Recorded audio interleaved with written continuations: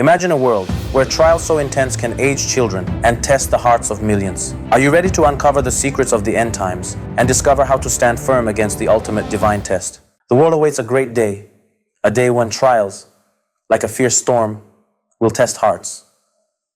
The tribulations of the end times are so intense and complex that they age even the young. These are tests so severe that if we don't survive them with our faith intact, an eternity of suffering may await us. In a striking narration, Imam Ali, peace be upon him, said, "Like separating moldy flour from the good in a storehouse, in the end times, only as many pure souls as a few bites of bread will remain." This is the story of divine sifting, a story that reveals what distances us from the Imam Mahdi. May God hasten his reappearance. The word fitna appears in the Qur'an more than 60 times, carrying a range of meanings. Test, deception, deviation, polytheism, disbelief, punishment, division, sin, danger, torture, suffering, apostasy, and social calamities. In Surah Al-Anfal, verse 28, Allah warns, "And know that your wealth and your children are but a trial, and that with Allah is a great reward." Even Zubair, a prominent companion of the Prophet Muhammad, peace be upon him, fell from grace due to his attachment to his son. Sometimes, the source of our greatest trials can be those closest to us.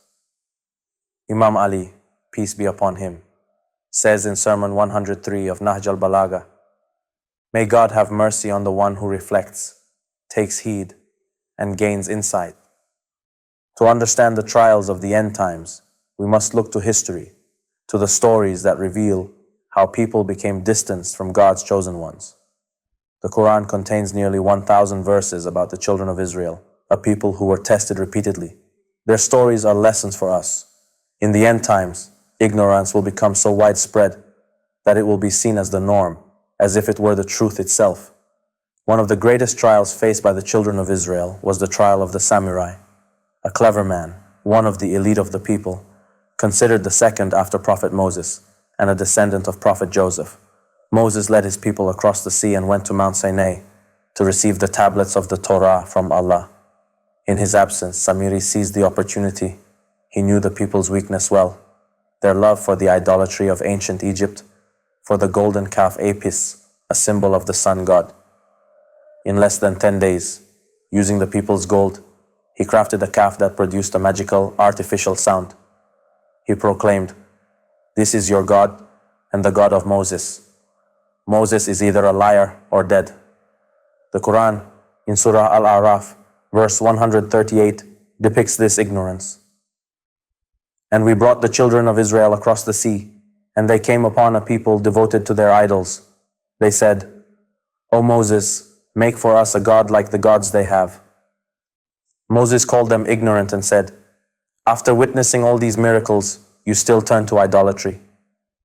Allah, in Surah Al-A'raf, verses 144 to 146, said to Moses, "O Moses, I have chosen you above the people with my messages." But he warned that the arrogant who deny his signs will be deprived of the truth.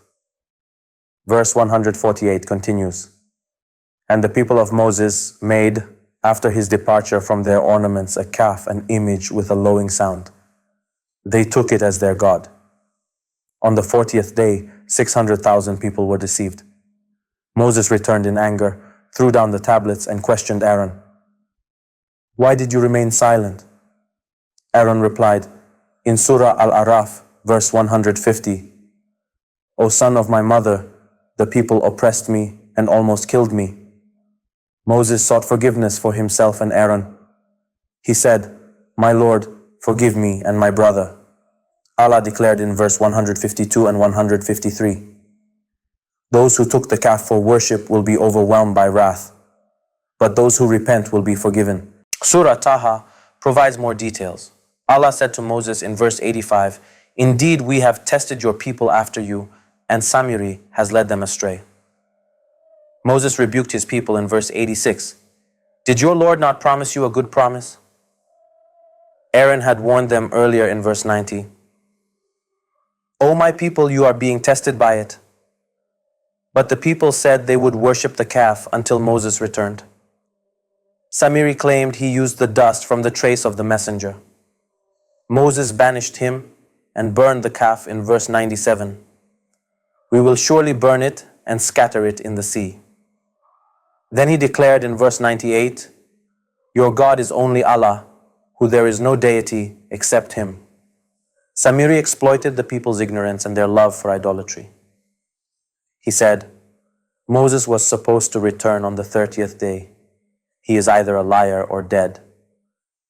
This calf is your God. In 10 days, 600,000 people were deceived. This is a lesson for us today.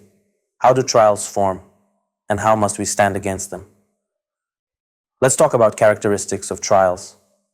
Trials occur under Allah's oversight to test His creation. No leaf falls without His permission. The trial maker targets the people's common weakness, like the children of Israel's love for the calf. It mixes truth with falsehood. Nahj al-Balagha, Sermon 151 says, Trial makers deceive with oaths and displays of faith. Innovations create subsequent trials. If Samiri's trial had not been resolved, a greater one would have followed. Obsession with the world and false confidence are the roots of trials. Faulty analogies, like Satan's claim, I am from fire, he is from clay. Egyptomania, or imitating false civilizations, like the children of Israel's fascination with Egypt, exploiting or fabricating a false majority, like in color revolutions. Taking advantage of transitional periods and the mixing of truth and falsehood. The trial maker profits from people's ignorance. The trial maker refers to material reality, while a divine leader points to truth. The trial's reasoning is vague and ambiguous in ambiguity, Satan strikes. Trial leaders are united at first, but scatter after achieving their goal, exploiting people's short memory as they quickly forget history. The trial maker is from the elite. Samiri was Moses' second in command. Separating politics from religion, a trace of materialism. Trials occur in a short time, like Samiri's 10 days. The trial maker misuses the names of credible leaders, as Samiri invoked Moses. After the trial subsides, some regret it. Nahj al-Balagha, Sermon 93. Trials are unrecognized when they come, but teach lessons when they pass.